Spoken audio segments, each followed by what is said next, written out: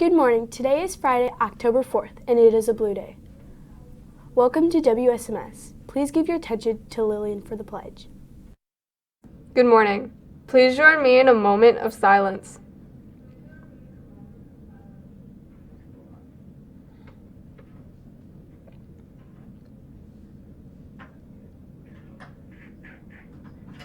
Please stand and face the flag for the Pledge of Allegiance. I pledge allegiance to the flag of the United States of America and to the republic for which it stands, one nation, under God, indivisible, with liberty and justice for all. Remember to show respect, make a difference, and set the bar high. Have a great day. Now back to the announcers. Hello, 6th grade students who are looking for fun activity after school on Friday, October 11th. There will be a 6th grade social dance after school on October 11th from 4 to 5:30. Student council will be selling tickets for $2 during the 6th grade lunch periods when we get closer to the dance date. This will be a great way to have fun, make friends, and be social at SMS. This event is for 6th graders only. 6th and 7th students who are still interested in yearbook club, there are still openings on our team. Meetings are every Friday morning. 8th grade spots are filled. This is an important reminder to all the boys who are trying out for the boys basketball team this year. After going through paperwork and the Register My Athlete website, only 37 of the 86 boys who signed up would be eligible to try out if tryouts started today. 49 of you are eligible due to not having an account on Register My Athlete, not having a physical, or both. Please take care of your stuff before next week. Please welcome a special guest to talk about Uno Club. Well, good morning. We get an Uno Club guest and the principal. So I'm going to let our Uno guest get started first, and then I have a little something to share about conferences. So go ahead.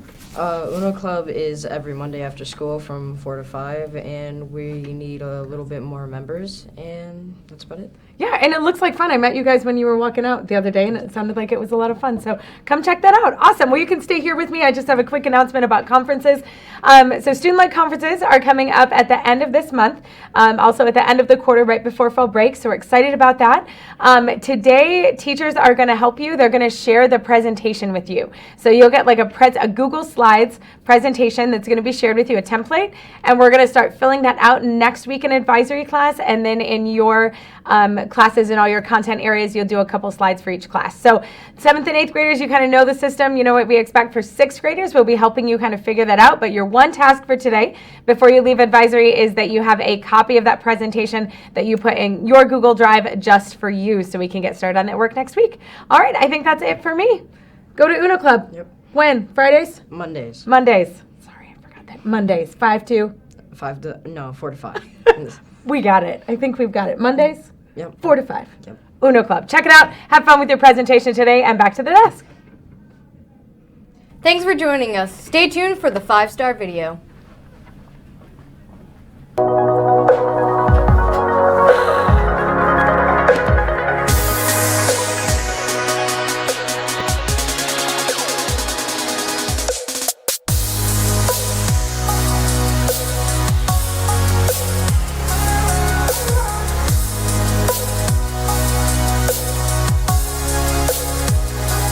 Welcome back to 5-Star Life. Coach Seth here to challenge you to live fearless. Lover or hater, Lady Gaga is one of the most successful musical artists of our day. And, you know, she is super successful because she embodies this whole theme we're talking about so far this year. She is absolutely fearless. You know what she attributes her success to? Vulnerability. Vulnerability is this skill of being able to show up as yourself, to expose yourself, to take a risk, to take the mask off, and to show up as yourself, authentically you. And that's who Lady Gaga is. But we have this massive fear of being vulnerable because it's scary to put yourself out there. But it's exactly what allowed Lady Gaga to put herself up on the stage in front of a mic, being authentically her, and it's why people connect to her. Now I want to remind you that living fearless doesn't mean you don't have any fear. It just means you don't let that fear hold you back and cripple you. In Lady Gaga being vulnerable, it's her having the courage to say, this is who I am, I'm going to pursue my dreams, I'm going to be authentically me and show up, and people have responded by buying her stuff up. This is one of the keys to success. So why do we struggle with being vulnerable? Why is that? Brené Brown studied vulnerability for a decade, and she says that vulnerability is the first thing we look for in others. It attracts us to people, but it's the last thing that we want to show to others. So why are we so afraid to be vulnerable? I believe it has to do with the very core of our being, which is our integrity. Integrity is one of these values. It's a 5-star value that we're gonna learn about all year long, and it's defined as who you are when nobody's looking, the real you. Now, integrity comes from a Latin root word, integer, which means to be whole or complete. Now, here's the deal. I believe that the more whole or complete you are, the more confidence you have, the more vulnerable you can be. On the flip side, I think the more broken we are or the more insecure we are, the less vulnerable we'll be, the more prone we'll be to wear this mask. So one of the main reasons that we won't be vulnerable and step out and be vulnerable is because we think by being vulnerable it will reveal to everybody else the truth that we are not enough, that we just don't measure up. And ultimately, where did that come from? Where do we get that from? I think it comes from two different areas. It comes from this.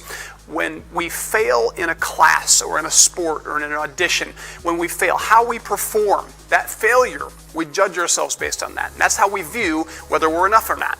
The second area is this, other people's opinions. When people label us as a dork or a nerd or not cool or whatever, we judge ourselves, we think we're not enough. Instead, I want you to change your mindset, and I want you to think about it differently. I want you to think about yourself as a piece of clay in an art studio, okay? So that piece of clay sitting in the art studio, and it's sitting there and it's looking at the bowl that's already been formed, or the plate that's been formed, or something that's been made, and it's thinking, I'm not enough, I'm not a plate or a bowl, I'm not as strong, I've been through the fire, I don't measure up, I'm not enough. That'd be insane because that clay is enough. It has the same consistency, the same qualities, has everything it needs. It just hasn't been shaped yet. It's not fully formed yet. It hasn't finished the process. Guess what? Take a deep breath. You're not a finished product. You are enough as you are, but you're being shaped. And when you're vulnerable and pliable, it allows you to be shaped faster and go further. And that's what I'm trying to get at. That's integrity at your core, knowing that I am enough and I'm going to put myself out there. So a quick review, this idea of being vulnerable starts in your core with your integrity, knowing that you are enough. I am enough in and of myself. I'm this ball of clay. I'm being shaped. I'm being molded so I can take a deep breath and know that I'm okay. I'm not this broken, fragmented person. I don't need to worry about how they're judging me or that I don't measure up to this person because I'm me. I'm being shaped. I'm not a finished product.